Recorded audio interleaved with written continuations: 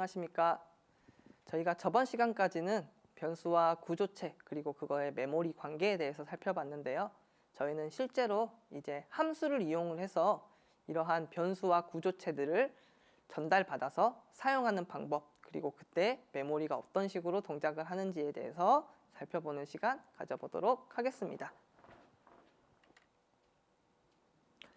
먼저 저희가 구조적 프로그래밍에서 함수의 역할에 대해서 먼저 살펴보도록 하고요.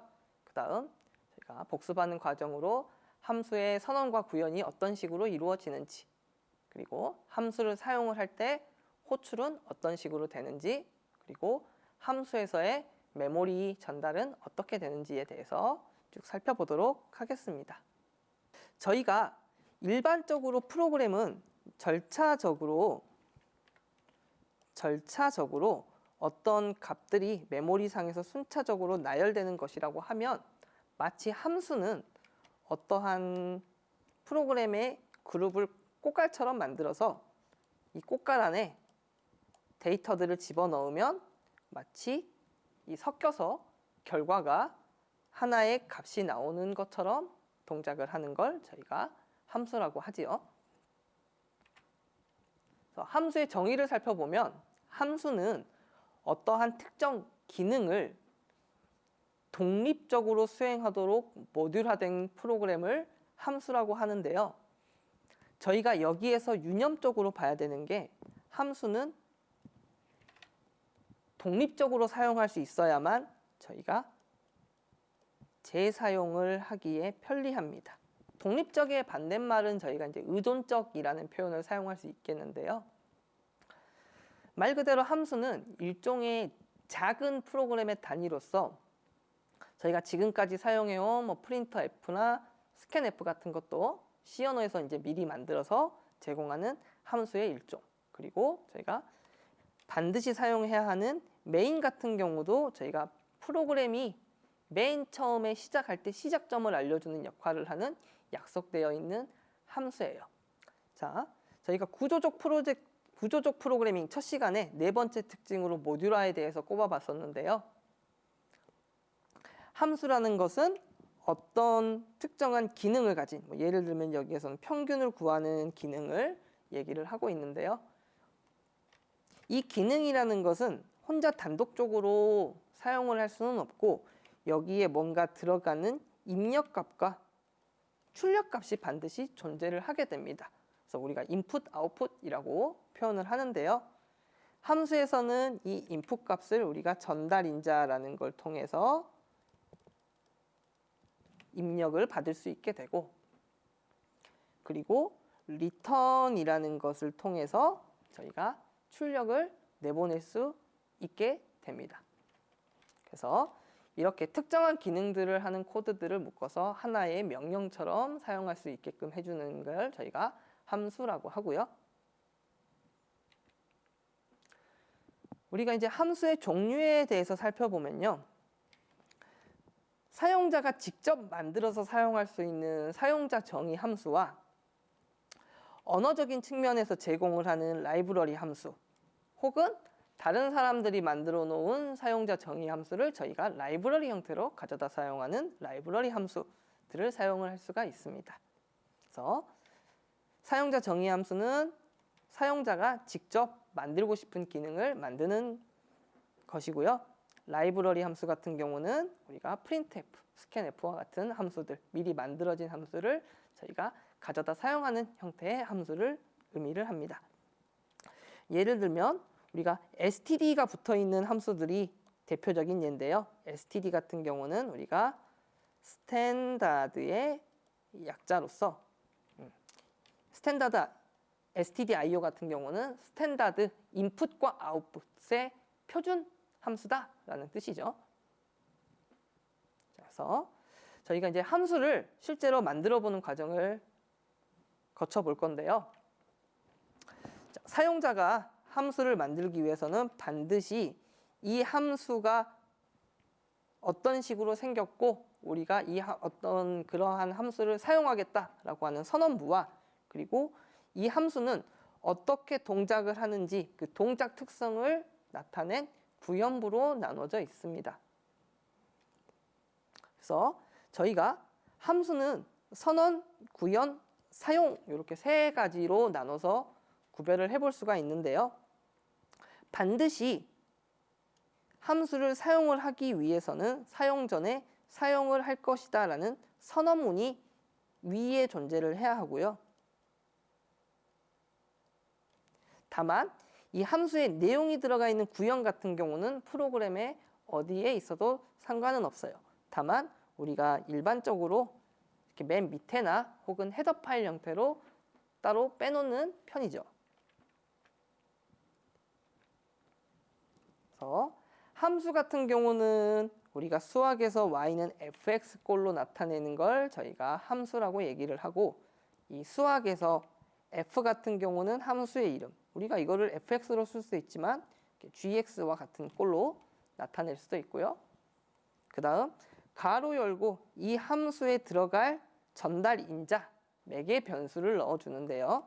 이때 매개 변수는 우리가 어떤 것도 들어올 수 있죠. 혹은 뭐 x, y, z 이렇게 세 개의 인자를 받는 h라는 함수를 저희가 만들 수도 있고요. 수학과 프로그램의 차이점은,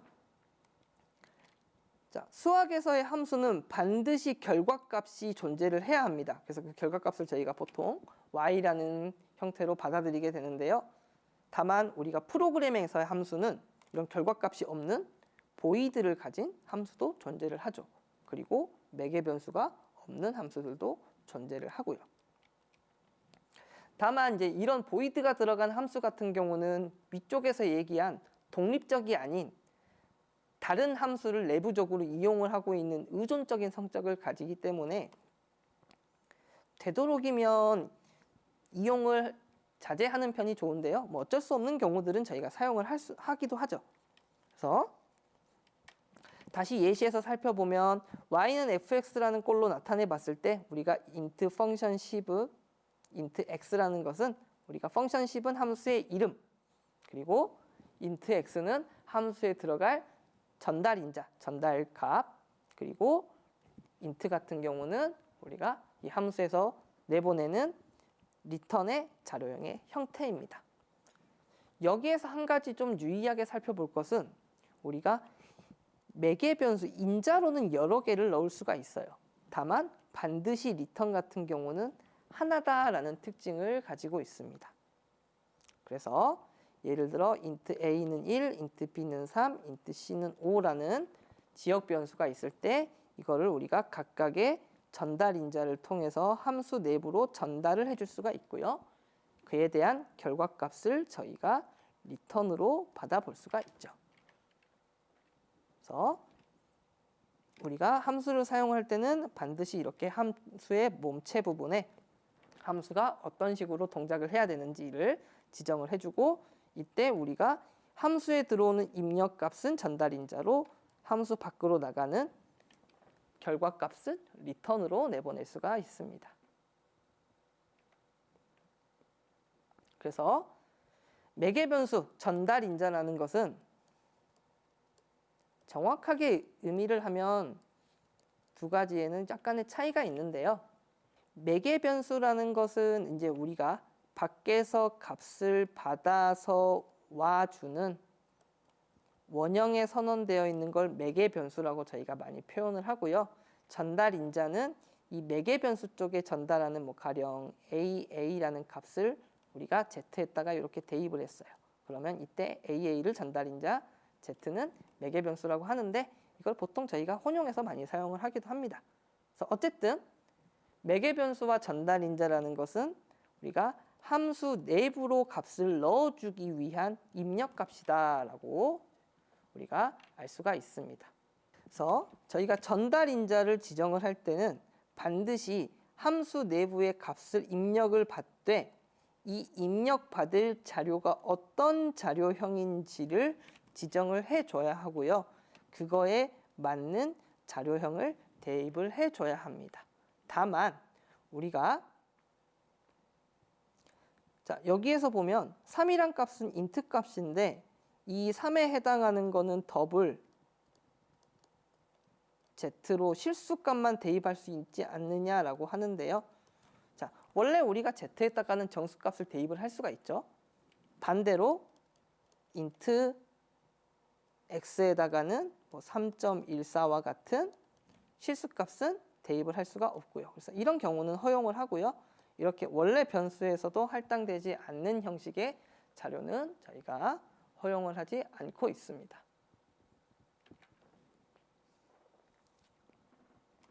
자, 그래서 함수의 내용이 저렇게 결정이 됐으면 저희는 이제 함수를 선언을 해서 사용하겠다라는 것을 알려줘야 하는데요. 이때 함수의 선언과 내용을 한꺼번에 저희가 작성을 할 수도 있지만 저희가 대형 프로그램에서는 함수의 내용이 너무 많이 모여 있으면 프로그램이 길어져서 메인 함수를 분석하기가 힘들어지는 효과가 나타나기 때문에 이렇게 함수와 선언과 내용 부분을 분리를 해서 저희가 프로그램을 작성을 하는 편이고요. 이때 함수의 선언부에는 이 함수가 어떤 모양으로 생겼는지를 알려주고 그리고 여기에는 함수의 내용이 어디에 있다라는 것도 내부에 포함이 되어 있습니다.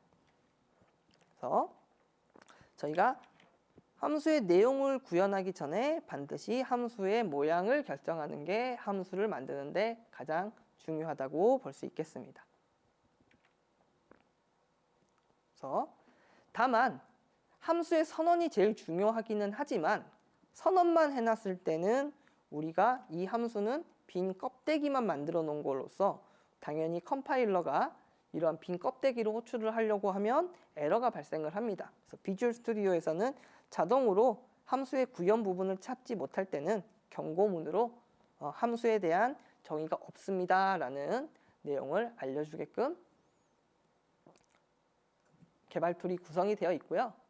아까 전에 말씀드렸던 것처럼 이렇게 선언부하고 플러스와 마이너스라는 두 개의 함수를 이렇게 선언부와 구현부를 구별을 해서 사용을 할 수도 있고 짧은 함수 같은 경우는 선언과 동시에 구현을 해서 사용을 할 수도 있어요. 다만 반드시 메인 함수에서 이것들을 사용을 하기 전에 선언부는 위에 있어야 된다. 선언과 동시에 구현이니까 에버리지라는 것도 메인 함수 위에서 만족을 하고 있지요. 그래서 저희가 반드시 함수를 사용을 할 때는 이렇게 아무것도 입력받지 않겠다 혹은 x와 y를 입력받겠다와 같은 형태로 입력값을 지정을 해 주셔야 되고요. 이때 입력값으로는 아래 보이는 것처럼 구조체의 데이터도 한꺼번에 묶어서 입력을 받을 수도 있어요. 다만 입력이 있으면 반드시 출력이 있어야 되겠죠. 그래서 그 출력을 해주기 위해서 저희가 return이라는 키워드를 사용을 해서 입력받은 값들을 return 해줄 수가 있는데 이때 우리가 수학에서 함수를 배울 때 1대1 대응 함수라는 것들을 배워요. 어떤 것이냐면 어떤 특정한 값이 주어지면 이때 반드시 결과값은 하나다라는 거예요. 그래서 프로그램에서도 마찬가지로 저희가 return형 같은 경우는 기본적으로 한 개만 내보낼 수가 있고요. 요즘 유행하는 뭐 고라는 언어 같은 이런 특수 언어들 빼고 대부분의 프로그래밍 언어에서 함수들은 return을 하나만 갖고 있습니다. 자, 이번 페이지에서 보시면 함수의 매개 변수로 우리가 이제 포인터를 사용할 수 있다라고 되어 있는데요. 이게 이제 저희 심화 과정의 핵심인 거고요. 일반적으로 저희가 일반 변수, 매개 변수들 같은 경우는 함수의 외부에서 내부로 들어오는 입력값인데요. 우리가 펑션 1에 포인터 변수를 선언을 해두고 이 포인터에 메인 함수의 변수인 A의 주소를 넘겨주게 되면 이때 이 z값에는 함수 밖에 있는 메인 함수 안에 있는 외부에 있는 A라는 변수에 접근을 할 수 있는 길을 만들어 주게 돼요. 왜냐? 이때 우리가 5와 10 같은 경우는 x와 y로 단순히 복사되는 과정이지만 더블 z 같은 경우는 우리가 a에 주소, 집 주소를 넘겨받은 거기 때문에 템프, 집 주소의 값을 집어넣으면 이거를 역으로 타고 들어가서 A의 값이 들어가게 돼요. 그래서 여기 같은 경우는 우리가 5하고 10을 전달받아서 15를 만든 다음에 2로 나누면 7.5지만 인트니까 7이 되겠죠. 그래서 7이라는 값이 Z라는 주소의 값 영역으로 타고 넘어가서 A의 값이 써지게 되는 그런 결과가 나오게 됩니다. 그래서 우리가 함수에서 값을 밖으로 꺼낼 때는 return이라는 걸 이용해서 꺼낼 수도 있지만 포인터를 이용을 하면 우리가 입력뿐만 아니라 밖으로 값을 출력을 할 수도 있는 통로를 만들 수 있다는 게 이번 내용의 핵심입니다.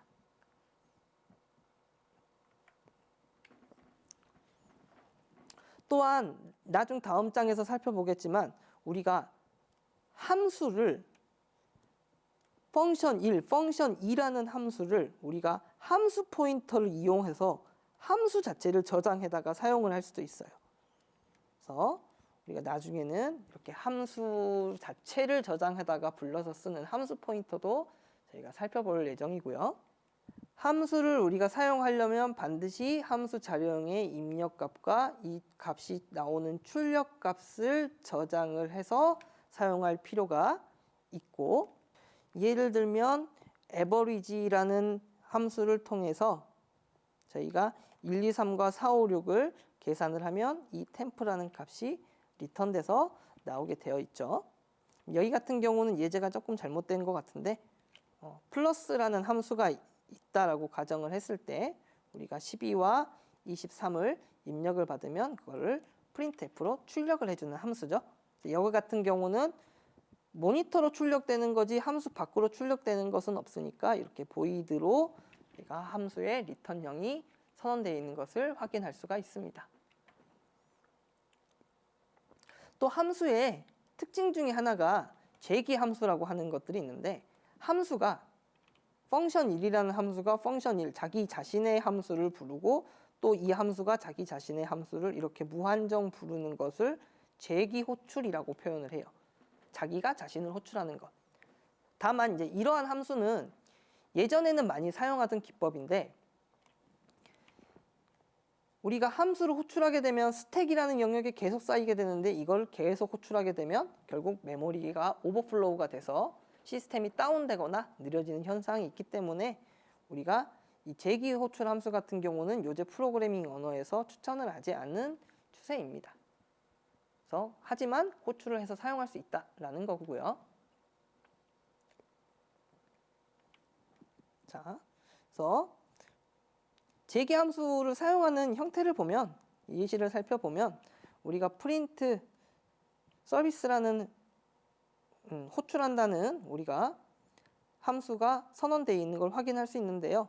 어떤 정수값을 입력을 받아서 이 점수값을 scanf라는 함수를 통해서 x에다가 저희가 대입을 하고, 자 여기에서 저희가 포인터를 사용하는 경우가 나왔었네요. 저희가 기초 단계에서 scanf를 배울 때 변수명 앞에다 %를 붙인다고 배웠었는데 우리가 포인터를 배우기 전까지는 왜 얘를 붙이는지 이해를 할 수가 없었죠. 자, 그 이유는 scanf라는 함수가 키보드의 입력값을 내부에서 받아다가 이 x라는 변수로 외부로 출력해 주기 때문에 포인터, x의 주소를 넘겨주는 포인터 변수로 받게끔 되어 있는 거고요. 어쨌든 이 값을 입력받아서 저희가 우리가 만든 사용자 정의 함수를 호출을 해보면 우리가 어떤 값을 입력을 받아서 얘가 0, 끝나는 시점이 아니면 값을 출력을 하고 그 값을 다시 1 뺀 다음에 출력을 하고 빼고 다시 1을 호출하고 자기가 자신을 호출하는 걸 확인을 할 수가 있죠. 그래서 이런 형태의 함수를 재기함수 호출이라고 하고 반드시 이렇게 끝나는 시점이 존재를 해야 됩니다. 자, 스택 같은 경우는 저희가 제1장에서 우리가 호출되는 구조를 살펴봤기 때문에 간략하게 쭉 훑어서 넘어가 보면요. 메인 함수에서 1을 호출하고 1에서 2를 호출하게 된 경우에 먼저 메인이 스택에 쌓이고 펑션이 쌓이고 그 다음에 펑션 2가 아래에서 위로 이렇게 쌓이는 것을 저희가 확인을 할 수가 있고요. 마찬가지로 종료가 되면은 맨 위에 있던 것부터 2가 종료가 되고 1이 종료가 되고 메인이 종료가 되는 것들을 우리가 그림으로 확인을 해볼 수가 있습니다. 자, 실제로 몇 가지 더 예제 코드를 보면서 함수의 특징들을 살펴보면요. 먼저 메인이라는 함수에 a, b는 10과 20이라는 지역 변수가 있는데 이 지역 변수 10과 20을 펑션 c에다가 집어넣게 되면요. 펑션 c가 호출이 되는 시점에서 먼저 전달인자가 생성이 돼요. x와 y라는 전달인자가 생성이 되고 여기에 저희가 a라는 값과 b라는 전달인자를 입력을 해주게 되면 a에 있는 값이 x라는 값으로 b에 있는 20이라는 값이 y로 이렇게 값이 복사가 되고요. 이걸 우리가 함수 내부에서는 30과 40으로 바꾼 다음 끝나게 됩니다. 자, 여기에서 우리가 확인해 볼 수 있는 것은 a하고 b를 펑션에 넣었어요. 그래서 이 값을 우리가 30과 40으로 바뀌었는데 실제로 함수가 끝나는 시점에서 어떻게 되느냐? x와 y인 전달인자의 값이 바뀐 거지 메인 함수에 있는 a, b라는 값이 바뀐 게 아니죠. 그래서 a, b는 그대로 10과 20이라는 값을 가지고 있고 실제로 출력을 해보면 우리가 a는 10, b는 20이라는 값을 출력하는 것을 확인할 수 있습니다.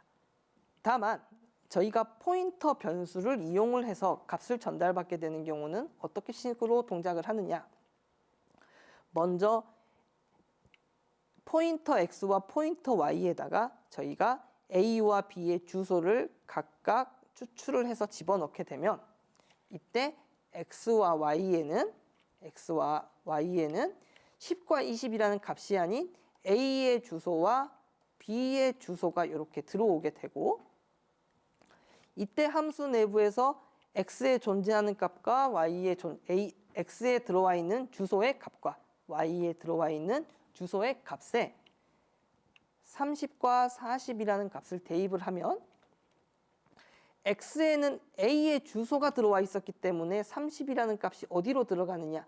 여기로 들어오는 게 아닌 a의 주소에 존재하던 값인 10 영역이 30으로 이렇게 바뀌게 되고요.